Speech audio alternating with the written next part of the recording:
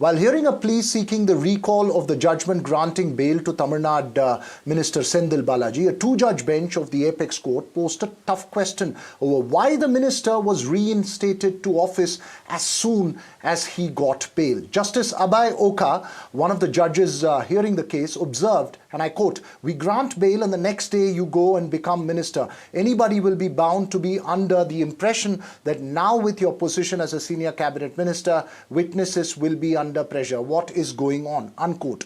The bench did not recall the bail judgment and posted the matter to the 13th of December. Senthil Balaji, who is Tamil Nadu's Minister for Electricity, Prohibition and Excise, was arrested by the Enforcement Directorate in a money laundering case, spent over 400 days, remember, in jail before being released on bail last September.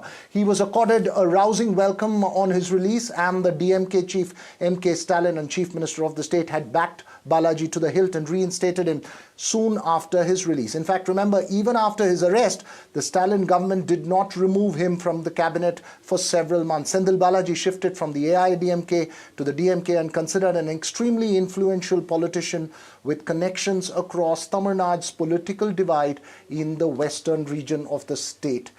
So why is Senthil Balaji so important, and is there an answer to the question posed by the Apex Court?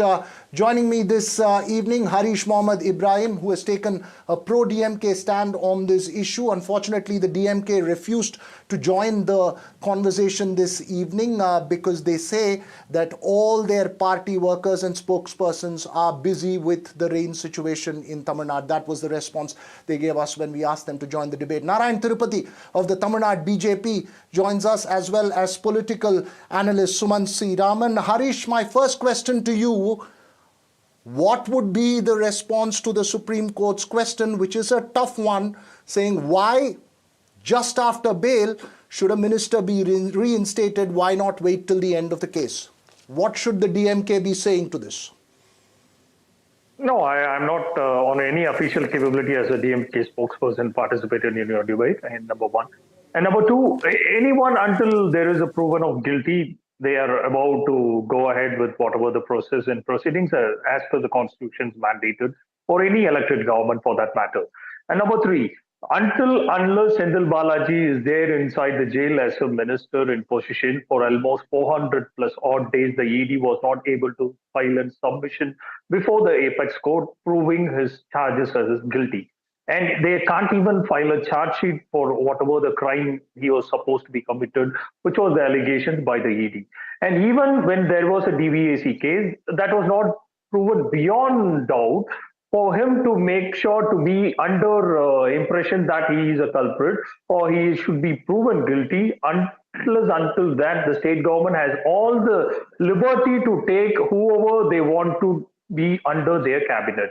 And there is no other point. Even now, the Apex Court has formed an observation stating that, but they have not even made sure to give the relief for the ministers from the declining the bail, etc. So once the bail has been granted, we are pretty much sure that there is no prima facie evidence for the matter to be sub judice. And now, when the matter has been disposed between the Honorable Supreme Court, the entire state government machineries can make sure them to be inducted into the government. And he is one of the strongest political leader when it comes to Congo Belt, and even the party needs him for their political backing, for their political rally when the upcoming 2026 elections are on board. Okay. So there is no other point. Even number one. Wait 1 second. If you want to go ahead and take this as a precedent, there are so much of other precedents where even within the matter of within hour, the entire cabinet has been reshuffled. When the ministers came out of the bail, previous minister came out of the bail, even there is a BJP ruling state, even there is an ADMK government, which even sworn in, the entire cabinet has been sworn in. Even the chief minister have been sworn in. So there is no precedent that this is the only thing happening only in Tamil Nadu, that too with the DMK government. You are making three very important points. One is that this is not unprecedented. It's happened before. And I'm taking these points across to Narayan Tirupati while clarifying categorically, even at the introduction, I'd said you are not the DMK spokesperson, but you've taken a pro-DMK stand on this issue as a political analyst.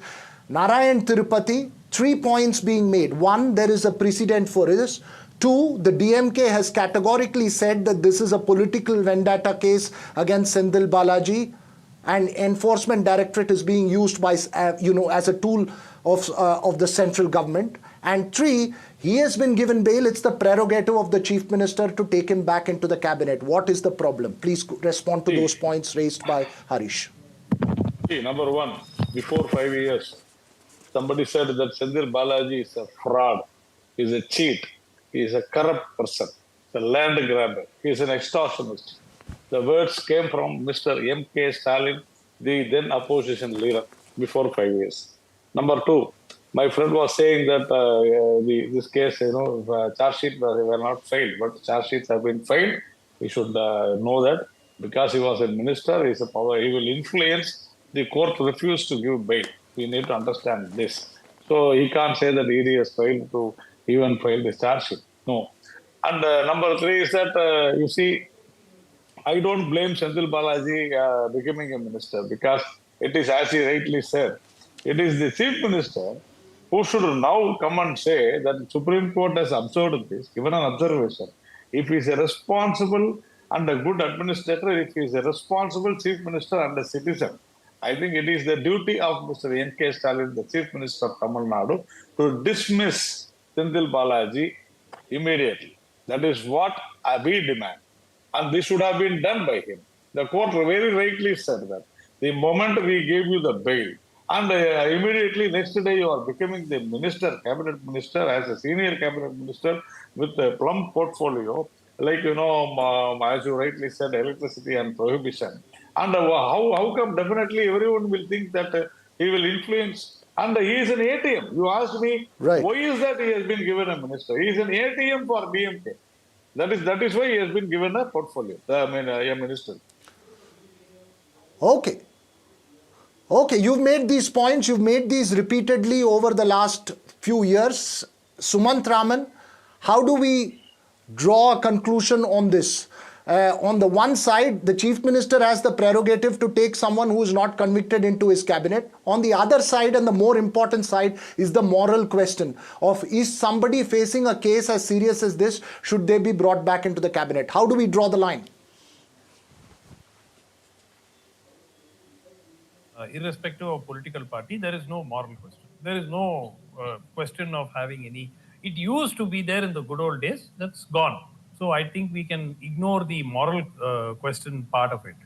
The point really is two things. One, the very fact that Mr. Senthil Balaji is not even 6-7 years old in the DMK. So the dependence on Mr. Senthil Balaji as some kind of pillar of the party is something that irks many of the DMK leaders themselves. And to see the Chief Minister giving him the kind of importance that is not given to those who have spent 30 and 40 years working for the party is something that rankles them. Having said that, can he influence witnesses? See, this is a very, very strange case. The ED filed their charge sheet first. Then subsequently, the charges were framed against him on money laundering cases. Subsequently, in August this year, again, charges were framed. And he went to the court saying that, until the bail plea is disposed of, this should be delayed. That was not accepted. So I think that there are a few issues here. Is he in a position to influence witnesses? And the answer is yes.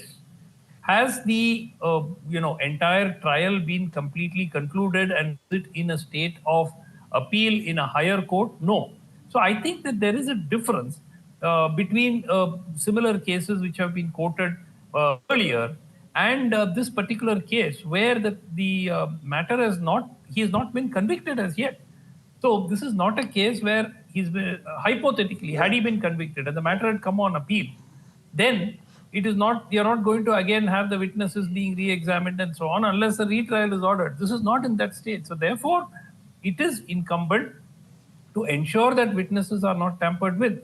But, the government does not seem to, the basic impression being created is this 75-year-old party will sort of collapse if Mr. Senthil Balaji is not in the cabinet, which is a very sad state of affairs.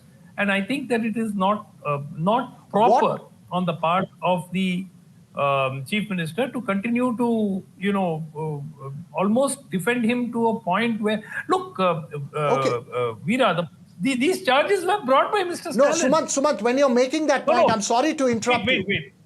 Yeah. No, you're making an Go important ahead. point. I just want to quickly ask you this question. What underlines the importance of Senthil Balaji for the DMK? Give me an answer in 30 seconds because I have very little time and I want to get the other two guests in this. Yeah. The public perception is he is a money bag for the party, and he is the one who is helping the party fund, and the portfolio is given to him. Look, there are people who are 30 and 40 years senior to Mr. Senthil Balaji in the party. He gets control of TASMAC, the liquor, enterprise of the state government, and he gets control of electricity. These are two of the biggest cash cows for any government, leave alone the DMK government, every government. Okay. And that is the reason why he is believed to be extremely important, and why the chief minister cannot sacrifice him because of the fact that he may know too much. Okay, I'm running completely out of time, but I need to get Narayan Tirupati as well as Harish into this. Narayan Tirupati, one side is the importance of this minister to the DMK. On the other side is the political allegation that this is a political vendetta case against him to corner the DMK. Now, with the DMK saying that, obviously the DMK says that because it's a political vendetta case, we have the moral right to keep him in cabinet. Your quick response to it.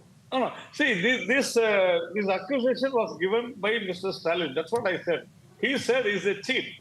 And the cheating has happened when he was a minister. He has taken money. He has accepted in the court. He has accepted. They have accepted. Sir, there are many politicians who have come from one side to the other. No, it is not like that. It is not like that. See, this is a very different case, as Sumant said. In this issue, they have accepted that the bribe was taken and bribe was given. And then they have submitted to the court that we have returned back whatever bribe we have taken. That is the guilt. We need to understand. He said, my friend said that he was not proved guilty. He has proved himself guilty. And that is this case. And the charge sheet has been filed. And they have he has given an affidavit saying that money has been returned. That is the case. That is the case.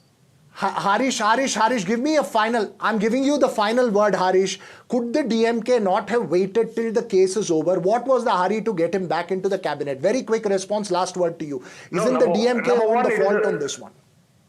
No, number one, it is a politically vendetta movement. Number two, even when the BJP is a washing machine government, when they are in one party, they have been a culprit, and when they come to switch over to BJP, they are completely clean shit. So that is not the case over here. The PMLA case and the FEMA violation case and the ED case has not even been given any kind of chit in the apex court. So the apex court have granted the bail without there is no prima facie evidence which has been filed by the ED.